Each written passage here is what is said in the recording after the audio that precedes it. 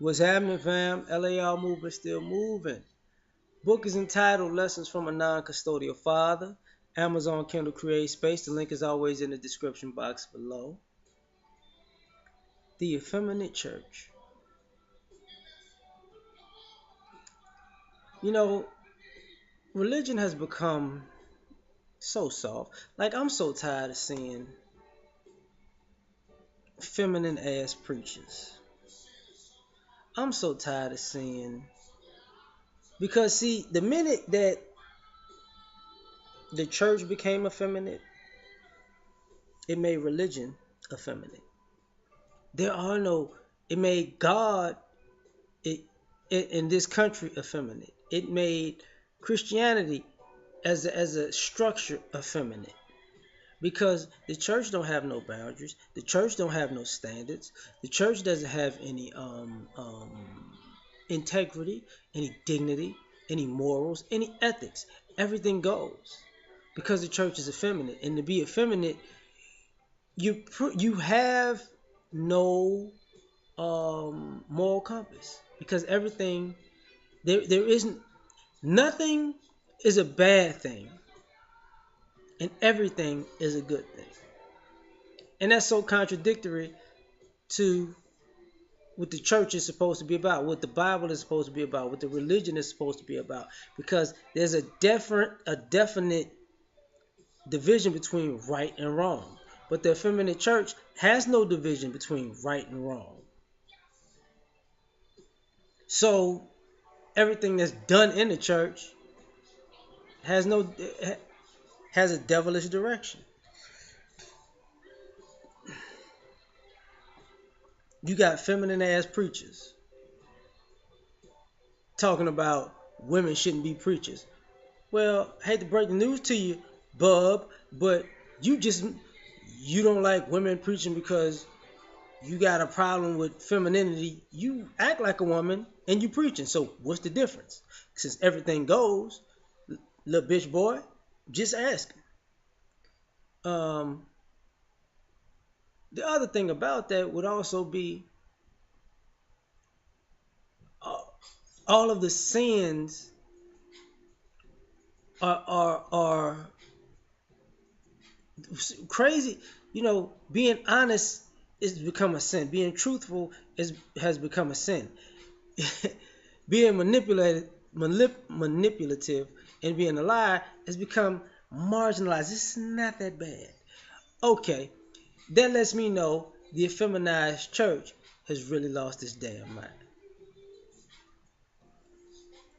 You know, there are no standards, not at all. Anything goes. Anything goes. Not only is there aren't there any standards when I talk about the effeminate church. The effeminate church is basically the model of a prostitute. They fucking just depends on just put the money on the table. See, they can't take your money and say, hey, I don't do that. Mm-mm. They take your money and say, yeah, how much is that? I do that. Well, I don't. That is not the messages we preach. And how much you got on the table? How much in that collection plate? We can make an exception today. So when you are a religion with a horse mentality, there is no respect for you, none whatsoever. Because once again, everything goes. It's all about love. You know, God said to love all things. That is very true. But here's the problem. It was the right things he was talking about. He wasn't saying love fuck shit. You know, love your enemies. Okay. He wasn't saying go chill at their house. Love thy neighbor. Love thy neighbor in your house. Not in their house. Because if they doing some bullshit in their house, you can go home. Just saying, you can still have love for them, but love them over there. You know, you can treat people with a long handle spoon, right? But the effeminate church, everybody got to be everybody gotta be integrated, and because there was no standards and everybody needs to be in Kumbayaville, then everybody brings a gumbo of fuckery to the table that doesn't have to be addressed because they making it rain in the collection plate. And these preachers out here twerking their religion away. Another reason why I call it the Effeminate Church. What is up with nowadays the church and overweight people? I mean, how you see the sign of, when it's come, it's mind, body, soul. So your soul's fucked up because you have no boundaries in the church. Your mind's fucked up because you go into church out of guilt for the bullshit you did. You's not really that you love God, or you're trying to be a better person and you're trying to make the world better by spreading your inner light out to the world to make it a better world. No. You just going out of guilt because you did some shit and you hope God forgive you. And then your body is fucked up because a lot of y'all overweight, and then y'all got these insecure issues because you fucked up in the game. Like, gluttony is actually a sin.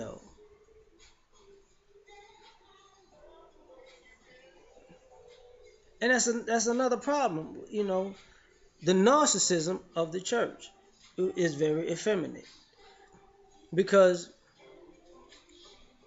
you're trying to cover up the bullshit with a pretty smile, a pretty face, a good clothes, a pretty song. And instead of handling the issues, no, we just gonna pray it away without doing anything about it. That's not. See, to have a religion where God created everything means he did something. He worked. If God had to work to make shit happen, why don't you have to work to make shit happen? Why do you just gotta pray it all away and be inactive? Huh? He so loveth the world, he gave his only begotten son. So even the child that he created, he gave to you, right? Knowing how you treat him, right? But all you gonna do, you're not gonna give God anything because you're gonna pray it away. And why I say that's effeminate, because it's a detrimental quality of procrastination. A lot of times you see ladies in modern day times right now who don't really handle their business. They just let it exist until it blows up in their face. And you see a lot of guys with this effeminate quality. They just ignore, pass the buck until bam, it blows up in their face. And everybody knows it's gonna happen because guess what? That's all that can happen. Because you weren't masculine enough to address the problem and fix it before it became a nuclear, an extension level event. But that's what the church does. That's why nothing's gotten fixed in the last 30, 40, 50 years. All the problems keep getting worse. And what do you keep telling people to do? Pray it away. Pray it away. Pray it away. Nobody says, okay, look, we can't, faith without works is dead except for you actually doing the work. You're supposed to put in the work, but the church is not telling people to put in the work. The church is not showing people how to put in the work. But the church is pimping the idea that you must work hard for the church. Cause think about it, the church gets you to volunteer for a lot of shit, but what are they giving you out of it? You know, so you trying to tell me God gave me a word that you need to do something for the church? God gave me a word that you need to extend your services for the church. God gave me a word that you need to give your talents to the church. And while you giving all to the church, while God told a pastor that you need to give your talents to the church for free for most occasions. When it benefits the church, it doesn't benefit you. Ain't that some whole shit? You're just getting used for a free dinner. I mean, that's what it's the equivalent of. You know, it's like a guy hearing a girl say, "God told me to tell you that you gonna take me out to the finest restaurant tonight."